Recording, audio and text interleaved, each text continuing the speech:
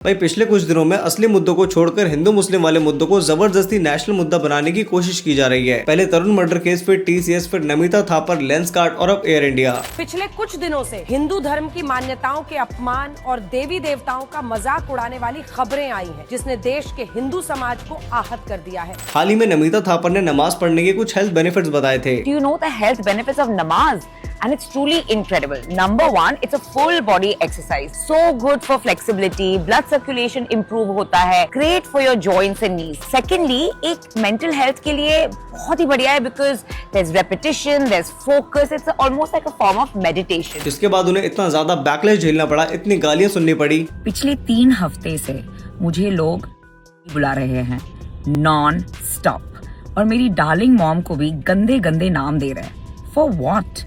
For making a reel on the health benefits of namaz? Literally लोगों ने उनकी माँ तक को गालियां दी है और ये गालियां भी उन्हीं लोगों ने दी है जिनकी धार्मिक भावनाओं को ठेस पहुंची है। अब जो लोग नहीं जानते उन्हें बता दूं कि नमिता थापर एक हेल्थ केयर प्रोफेशनल है जो कि फार्मास्यूटिकल कंपनी रन करती है जो दवाइयां बनाती है। अब इनका कहना है कि इन्होंने हिंदू फेस्टिवल्स पे भी रील बनाई है, हर योगा दिवस पे आसन के बेनिफिट्स बताए हैं, लेकिन सिर्फ नमाज के हेल्थ बेनिफिट्स बताने पर इन्हें इतनी गालियां क्यों पड़ी। देखो, नमिता थापर के 1.5 मिलियन फॉलोवर्स है इंस्टाग्राम पे, जिसमें हिंदू मुस्लिम सिख ईसाई हर तरह के लोग हैं। तो इन नमाज के हेल्थ बेनिफिट्स उनके लिए बताए गए थे जो रेगुलर बेसिस पर नमाज पढ़ते हैं, लेकिन लोगों ने इसे भी कन्वर्जन रैकेट बना दिया, मानो नमिता हिंदुओं को मुसलमान बनने को बोल रही हो। एक क्रिएटर जो हेल्थ रिलेटेड कंटेंट बनाती है वो किसी और रिलीजन की प्रैक्टिस के बेनिफिट्स नहीं बता सकती, ऐसा कहां लिखा है। As a health care professional उनका फर्ज बनता है सबको साथ लेकर चलना। और ये गालियां भी वही लोग दे रहे हैं जो इमरजेंसी में खून लेते टाइम हिंदू मुस्लिम या जात धर्म नहीं देखते। जब इनकी अपनी जान जा रही होती है तब ये लोग डॉक्टर हिंदू है या मुसलमान नहीं देखते, क्योंकि अगर उस टाइम देखा तो दिक्कत इन्हें ही होगी। लेकिन लोगों की आस्था को इतना फ्रजाइल बना दिया गया है कि गुस्सा भी इनको नेचुरल नहीं आता, क्योंकि इनके दिमाग में डाल दिया गया है कि अगर तुमने हिंदू मुस्लिम रिलेटेड मुद्दों पर गुस्सा नहीं दिखाया तो तुम एक अच्छे हिंदू नहीं कहलाओगे, तुम हिंदू धर्म के रक्षक नहीं कहलाओगे। और उसके लिए चाहे इन्हें किसी भी महिला को कितनी भी गंदी गालियां क्यों ना देनी पड़े। लोग आज हर मुद्दे में सिर्फ हिंदू मुस्लिम एंगल ढूंढने निकलते हैं, इसीलिए जहां मुद्दा नहीं भी होता वहां भी ये लोग जाकर नेशनल इशू बना ही देते हैं। अब जिस तरह लेंसकार्ट को बॉयकॉट करने के लिए लोगों ने लेंसकार्ट के चश्मे खरीद के तोड़ने शुरू कर दिए थे, वैसा ये लोग नमिता के साथ नहीं कर सकते थे, क्योंकि नमिता की कंपनी चश्मे नहीं दवाइयां बनाती है, और अगर दवाइयां बॉयकॉट की तो दिक्कत हो जाएगी। इसीलिए सारा गुस्सा, सारी गालियां नमिता और उसकी फैमिली को झेलनी पड़ी। अब दूसरे शार्क पीयूष बंसल की कंपनी लेंसकार्ट को भी हिंदू मुस्लिम कंट्रोवर्सी के चलते काफी ट्रोल और बैकलैश मिल रहा है, क्योंकि लेंसकार्ट का एक डॉक्यूमेंट सोशल मीडिया पे वायरल हुआ था जिसमें हिजाब और टर्बन तो अलाउड थे, बट हिंदुओं का तिलक, कलावा और बिंदी अलाउ नहीं किया गया। अब हमारे सेंटिमेंट्स इतने फ्रजाइल हो चुके हैं कि पहले सिर्फ नेता हिंदू मुस्लिम करके हमें बेवकूफ बनाते थे, और अब ये ब्रांड्स भी बहती गंगा में हाथ धोने लगे हैं। एक बार खुद सोचो, लेंसकार्ट जैसी कंपनी जिसका सीईओ खुद हिंदू है और एक स्मार्ट बिजनेसमैन भी है, वो ऐसी हरकत क्यों करेगा जिससे उसकी कंपनी को खतरा हो। ऑब्वियसली कोई पागल भी ऐसी गलती नहीं करने वाला। दूसरी बात, कंपनी की जो ऐसी पॉलिसीज होती है ये कोई एक बंदा डिसाइड नहीं करता, प्रॉपर एचआर डिपार्टमेंट होता है और टीम डिसाइड करती है। तो जब ये चीजें डिसाइड हो रही होंगी तब किसी ने डिस्क्रिमिनेशन नोटिस नहीं किया होगा कि हिंदुस्तान में जहाँ 80% हिंदू है वहाँ ये पॉलिसीज हिंदू सेंटिमेंट्स के अगेंस्ट जा रही है और एक कंपनी को बर्बाद भी कर सकती है। इसका मतलब ये जानबूझकर वायरल किया हुआ डॉक्यूमेंट है और ये लेटेस्ट है, कोई पुराना नहीं। पीयूष बंसल और उसकी पीआर टीम ने जानबूझकर किया है ताकि उनकी फ्री में मार्केटिंग हो सके, और मार्केटिंग इंडस्ट्री में लोगों की अटेंशन पाने के लिए वही कंट्रोवर्सी क्रिएट करनी पड़ती है जिसका आमतौर पर ट्रेंड चल रहा होता है। जैसे भी टीसीएस और तरुण के केस में हिंदू मुस्लिम एंगल को सबसे ज्यादा कवरेज मिली है, और लेंसकार्ट का भी ये फॉर्मूला अच्छे से काम कर गया। अब लोग जगह जगह लेंसकार्ट के शोरूम जा रहे हैं, लेंसकार्ट के बैनर लेके रैलीज निकाल रहे हैं और लेंसकार्ट का बढ़िया प्रमोशन चल रहा है। अब पीयूष आके माफी मांग लेगा और सबका गुस्सा गायब हो जाएगा। इससे कंपनी को कोई लॉस नहीं होगा, बल्कि लोगों ने चश्मे तोड़ने के लिए खरीद खरीद के उल्टा इनकी सेल्स बढ़ा दी, और यही नेगेटिव पीआर का मोटिव होता है। एक हफ्ते के बाद कोई नया मुद्दा निकल आएगा और सारे कंटेंट क्रिएटर्स और जनता का ध्यान लेंसकार्ट से हटकर उस पर डाइवर्ट हो जाएगा, और फिर लेंसकार्ट कॉस्मिक ऑरेंज कलर के नए चश्मों की रेंज लॉन्च करके सबका दिल जीत लेगी। आसान भाषा में इसे ही पीआर स्टंट कहा जाता है, जो कि आज के टाइम पे सबसे अच्छा मार्केटिंग टूल है। यानी अब हिंदू मुस्लिम करने से सिर्फ नेताओं को वोट ही नहीं मिलेंगे, बल्कि अब कंपनीज को भी प्रॉफिट होगा। देखो, ये कुछ नया नहीं है, पहले भी तनिष्क और मालाबार जैसे ब्रांड्स ने अपनी मार्केटिंग के लिए मॉडल्स को बिना बिंदी के दिखाया था,